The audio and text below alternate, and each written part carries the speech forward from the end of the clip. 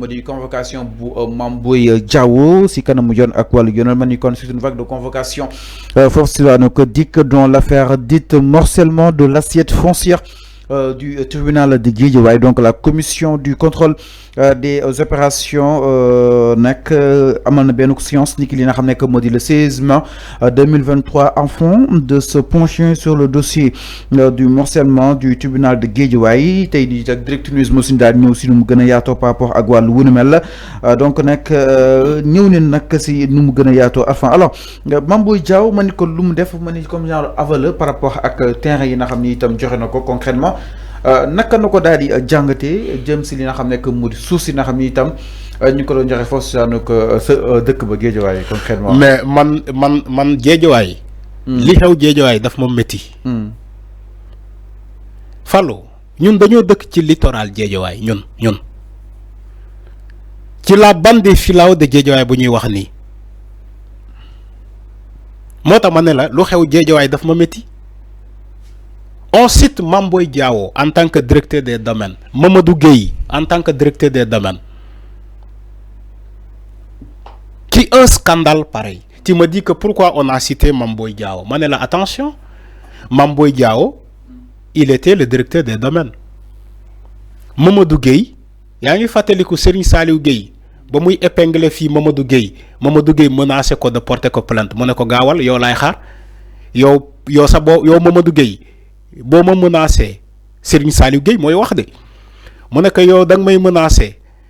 de m'envoyer une citation directe yow Mamadou Gueye en tant que directeur des domaines man Serigne Saliou Gueye yow laay xaar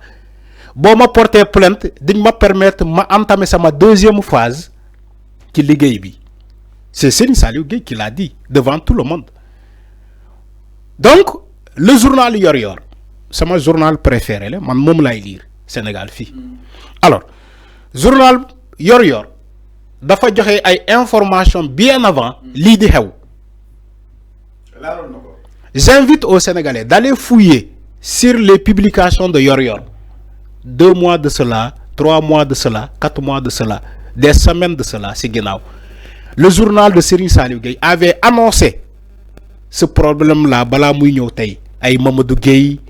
ay le directeur de commandement national des opérations domaniales.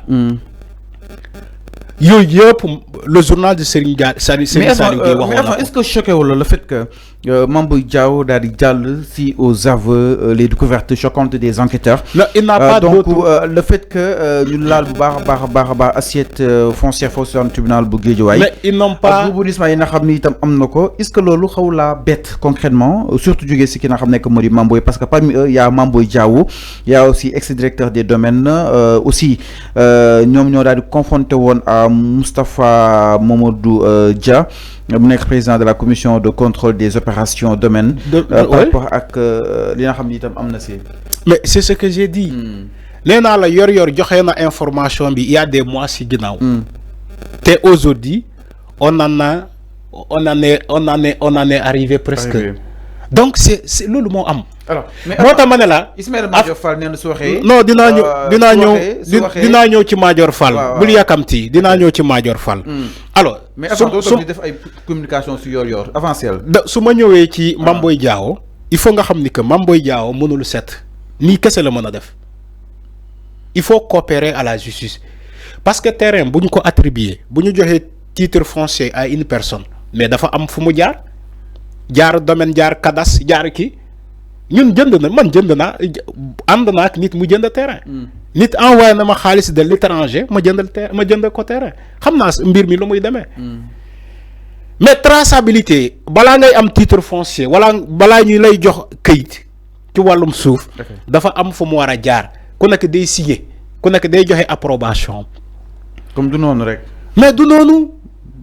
moo tax ma ne la Mame Boye Diao mënul set. Mamadou Gueye mënul set ñooñu yëpp mënuñu set ci le morcellement des parcelles ci le filao de Guédiawaye ñan ñoo ko morcelé il faut demander à Mame Boye Diao cette question là il faut demander à Mamadou Gueye ñan ñoo morcelé et le directeur du cadastre de Guédiawaye il faut les demander ñan ñoo morcelé terrain yooyu ak kan lañ ko jox comment Mame Boye Diao qui n'est pas de Guédiawaye il peut avoir des parcelles là-bas bay jël parcelles yi di ko maye ay jegeñaal ay xaritam quelqu'un qui n'habite pas Guédiawaye hein xamul Guédiawaye dëkku fa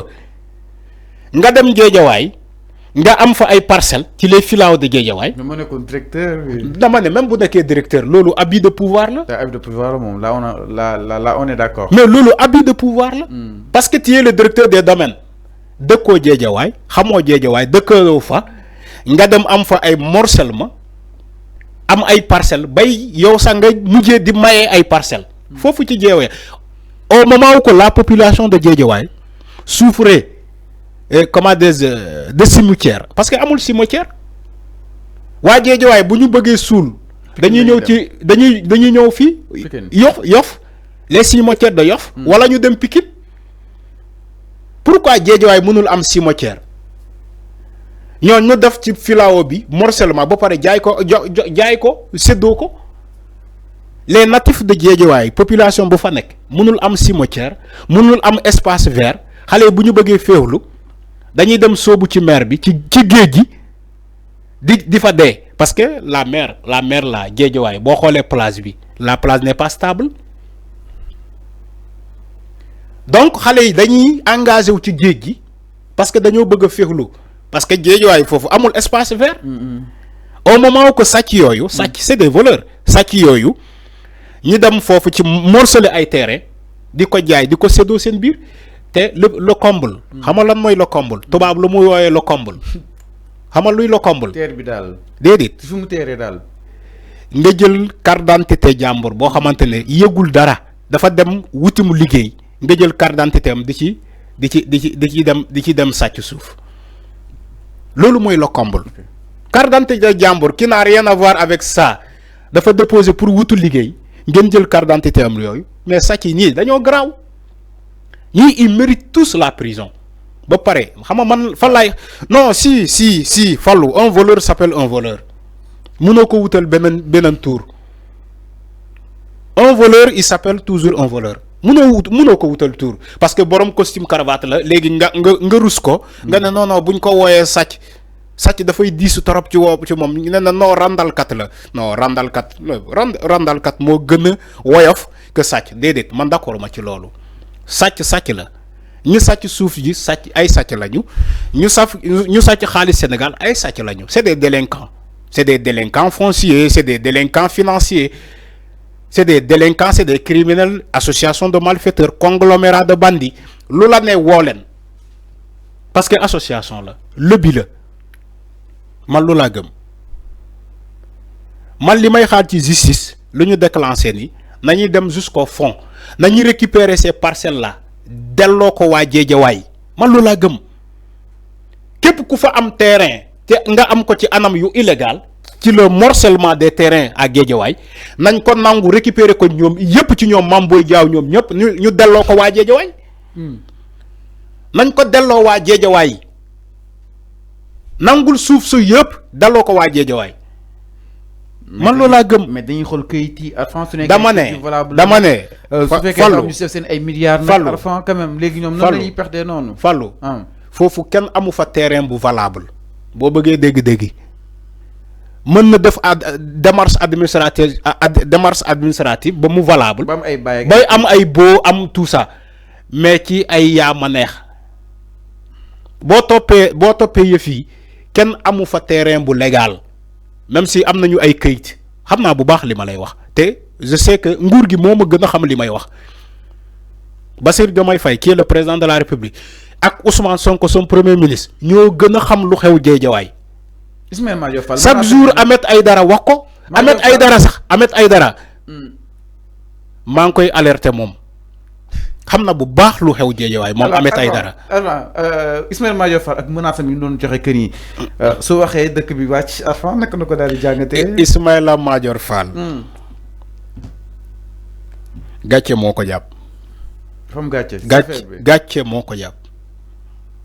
nee na su waxee dëkk bi yëngu de man je n'ai jamais vu un ministre un garde des Sceaux un ministre de la justice ci image Ismaïla Madior Fall musuma ko gis depuis la nuit des temps Sénégal yàgg na fi depuis 1960 mais on n'a jamais vu un ministre de la justice aussi médiocre que Ismaïla Madior Fall bi ma koy wax du tey quand ils étaient au pouvoir man xaaruma ba jaan ji romb may dóor di naan damay rey jaan man quand Ismaïla Madior Fall était ministre de la justice dama doon wax ci moom ma ne leen waa ji du waaja ne leen Ismaïla Madior Fall bii nii moom ngeen di ne moom mooy ministre de la justice ñu ne ma waaw kii mooy professeur agrégé bi ñu ne ma waaw ma ne leen kon Sénégal le Sénégal est en danger ma ne leen kon le Sénégal est en danger tu sais pourquoi ma wax ko boobu ci jamono boobu Ismaïla Madior Fall moo dem ci média tubaab yi mu ne leen képp ku ñu ante par contumace ate bi dafay définitive yaa ngi dégg wax ji sosaluma ko de. sosaluma ko de. C'est de l'histoire ancienne quand même. déedéet may ma ñëw rek balaa may ñëw ci tentative de corruption bi man balaa may ñëw ci tentative de corruption bi dama ne Ismaïla Madior Fall en tant que ministre de la justice moo dem France 24 RFI moo dem comment dire ci média tubaab yooyu français yi ne leen képp ku ñu attee par contumace ate bi dafay définitif. Alors c'est clair enfin leer na. ñu ne ko donc le dossier Ousmane Sonko Adji Sarr comme Ousmane Sonko par contumace lañ ko daane donc ce qui veut dire que le dossier est définitif mu ne ma oui mu ne leen oui bien sûr Ousmane Sonko le dossier Adji Sarr est définitif parce que atte nañu ko tubaab yi di xoolante ñu ne kii tubaab yi fan la ñu commencé bàyyi Macky Sall ñu xam ni ces ministres Macky Sall ay ministres yu tekkiwul dara. Des ministres qui sont dans la manipulation ma ñëw ma daanelee foofu